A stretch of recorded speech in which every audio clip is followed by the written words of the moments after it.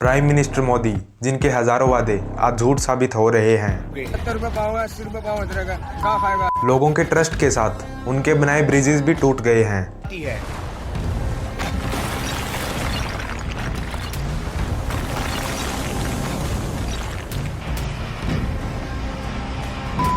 आज टाइम आ गया है देश के पीएम के झूठ पकड़ने का। वैसे तो इन्होंने बार बार झूठ बोले हैं, लेकिन आज हम इनके 6 सबसे बड़े झूठ के बारे में बात करेंगे। और लास्ट वाला झूठ तो इन्होंने खुद के लिए ही बोला था। अरे हम तो फकीर आदमी हैं, झोला लेके चल पड़ेंगे जी।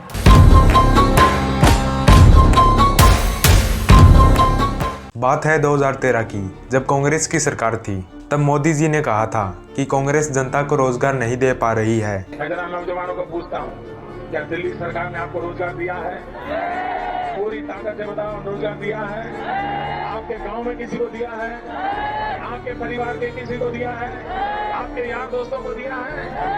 और उसके बाद भी फिर अभी कह रहे हैं कि हम 10 करोड़ को रोजगार देंगे। इसके बाद 2014 में जब बीजेपी इलेक्शन जीत गई, मोदी जी कहते हैं कि ये जो बड़े बड़े एग्जाम हैं, जैसे एसएससी, यूपीएससी, इनमें जो वैकेंसीज है वो बढ़ गई है। देश में सरकारी नौकरी देने वाले प्रमुख संस्थानों जैसे एसएससी, यूपीएससी और आरआरबी पहले के मुकाबले इन व्यवस्थाओं के माध्यम से ज्यादा युवाओं को नौकरी दी है। यहाँ मोदी जी ने बोल तो दिया था कि वैकेंसीज बढ़ गई है, लेकिन एक्चुअली में वैकेंसीज बढ़ने की बजाय और ज्यादा कम हो गई है। ठीक है, बैंकिंग का एक बहुत बड़ा एग्जामिनेशन है और अच्छी पोस्ट होती है ये भी। 2013 के अंदर जहां इसके अंदर 21,680 वैकेंसी थी, 2014 के अंदर घटा के 16,000 कर दी गई। 15 के अंदर 12,000, फिर 16 के अंदर 9,000 कुछ है, फिर 17, 18, 19 और 20 लगातार 4 सालों के अंदर आपकी वैकेंसी 4,000 के आसपास ही रही है। तो अगर मैं मोटा मोटा देखूं, यहाँ पे 21,680 से लेकर 2013 में जो वैकेंसीज थी, अब ये 4,000 वैकेंसीज हैं, तो लगभग हमारे पास यहाँ पे 20% तक वैकेंसीज रह गई हैं। और यही है मोदी जी का पहला झूठ, जो उन्होंने सत्ता में आने से पहले ही बोल दिया था। नरेंद्र मोदी अपना दूसरा झूठ तब बोलते हैं जब वो विदेश दौरे पे गए हुए थे। तब इन्हें दिखाना था कि हमारी सरकार आने के बाद इंडिया ने लगातार ग्रोथ की है। तब इन्होंने अपने आप को ऊंचा दिखाने के लिए ये बोला था, आज भारत में हर साल एक नया आईआईटी और एक नया आईआईएम बन रहा है। बट एक्चुअली में ऐसा तो कुछ हुआ ही नहीं। दरअसल मानसून सत्र के दौरान राज्यसभा में शिक्षा मंत्रालय के राज्य मंत्री डॉक्टर सुभाष सरकार ने बताया है कि पिछले 5 साल के दौरान देश में कोई भी नया आईआईटी या नया आईआईएम नहीं खुला।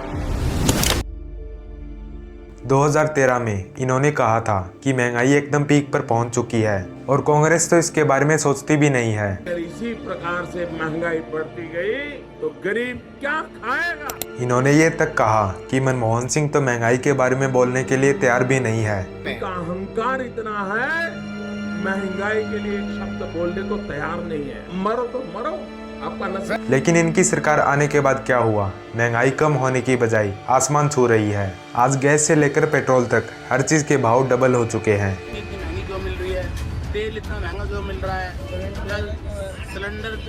सिलेंडर इतना महंगा है। 70 रुपये पाव है, 80 रुपये पाव रहेगा, क्या खाएगा आदमी। तनख्वाह वहीं के वहीं पड़ी है और महंगाई बढ़ती जा रही है। अब यही कि सिलेंडर देख लीजिए, पहले 400 का था, आज 1200 का मिल रहा है।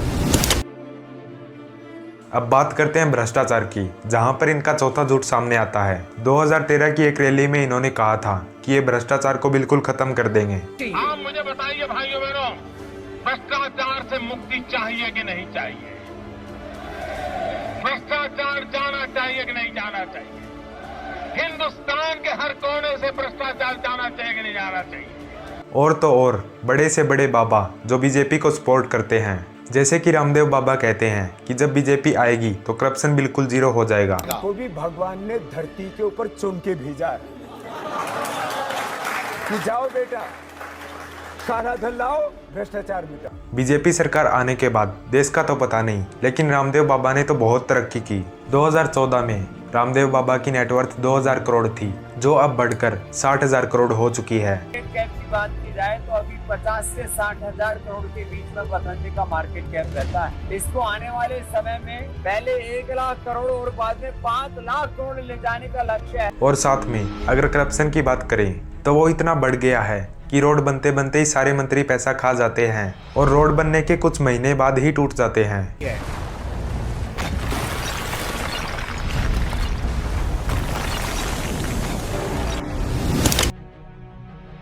2013 में इन्होंने कहा था कि अगर हमारी सरकार आती है, इंडिया का जितना भी ब्लैक मनी दूसरे देशों में है वो सब वापस लाकर हर किसी के खाते में 15 लाख रुपए तो यूं ही आ जाएंगे। कांकेर के भाइयों बहनों मुझे बताइए, ये हमारी चोरी किया हुआ पैसा वापस आना चाहिए कि नहीं आना चाहिए? ये काला धन वापस आना चाहिए? ये चोर लुटेरों से एक एक रुपया वापस लेना चाहिए? इस रुपयों पर जनता का अधिकार है कि नहीं है? ये रुपया जनता के काम आना चाहिए। अरे एक बार ये जो चोर लुटेरों के पैसे विदेशी बैंकों में जमा है ना, इतने भी हम रुपये ले आए ना, तो भी हिंदुस्तान के एक एक गरीब आदमी को मुफ्त में 15-20 लाख रुपए भी मिल जाएगा। इतने रुपये।